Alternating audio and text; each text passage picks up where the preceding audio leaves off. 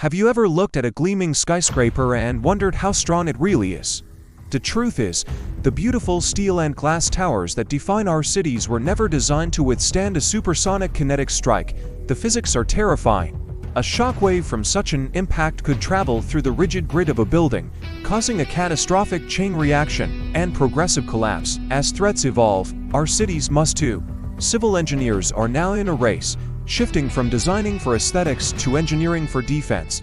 They're developing sacrificial blast-dampening layers and advanced structural physics to turn these glass giants into fortresses. It's a secret revolution in urban design, happening right now to protect our future. Follow to learn more.